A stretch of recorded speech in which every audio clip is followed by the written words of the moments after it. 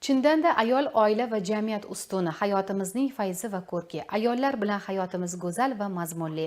Xonadonlarimiz obod va nurafshondir. Yurtimiz bo'ylab 8-mart Xalqaro xotin-qizlar kuni munosabati bilan turli ma'naviy, ma'rifiy va bayram tadbirlari yuqori saviyada tashkil etilmoqda. Vobkent tumanida o'tkazilgan tadbir tafsilotlari muxbirimiz lavhasidan o'rin olgan.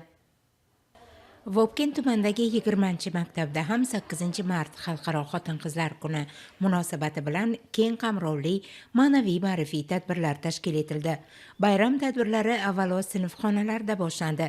Maktabda ayol hayot gulshani, ona muqaddas zot, muallim mehr timsoli mavzularida insholar tanlovi o'tkazildi. O'quvchilar qalbidan chiqqan samimiy fikrlar, onaga bo'lgan muhabbat va ustozlarga hurmat ifodalangan ijodiy ishlar hakamlar hay'at tomonidan baholandi. Ayol aziz, ona muqaddas degan tadbirimizni tashkil etdik.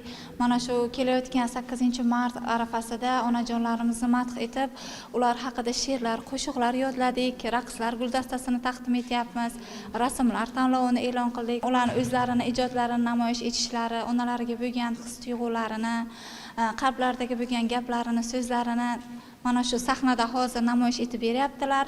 Menimcha o'ylaymanki, bundan-da eng yaxshi sovg'a onajonlarimiz uchun bo'lmasa kerak. Mana shu ayyom bilan, ayollar, onalar bayrami bilan barcha O'zbekiston xalqini, ayollarini, onalarini, qizlarini barchani tabriklab qolaman. Shuningdek, barcha sinflarda mazkur sanaga bag'ishlangan ochiq darslar tashkil etildi.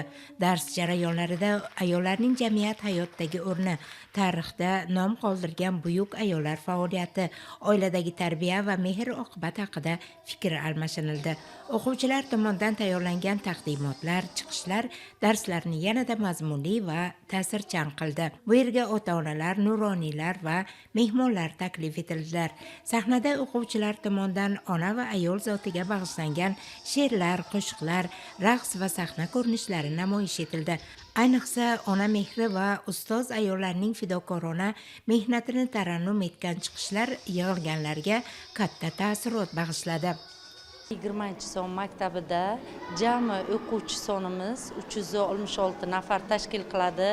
O'quvchi qiz yoshlarimiz bugungi kunda hurmatli prezidentimizni yaqinda bo'lgan selektorlarda berilgan imtiyozlar, imkoniyatlardan foydalanib, bizni maktabimizda ham jami 33 nafar 11-sinf bitiruvchilar bo'lsa, bugungi kunda 14 nafari oldindan talabalik baxtiga muyassar bo'lganini ko'rishimiz mumkin. Bundan tashqari bizni o'quvchilarimiz milliy sertifikatlarimiz, xorijiy sertifikatlarni olganlari bor.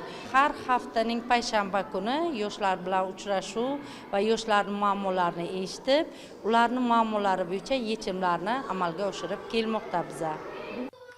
Maktab ma'muriyati tomonidan faol onajonlar va tashabbuskor ustoz ayollarga minnatdorlik bildirildi. Bu kabi ma'naviy uchrashuvlar yosh avlod qalbida onaga, ustozga va umuman ayol zotiga bo'lgan hurmat va ehtirom tuyg'ularini yanada mustahkamlashga xizmat qiladi.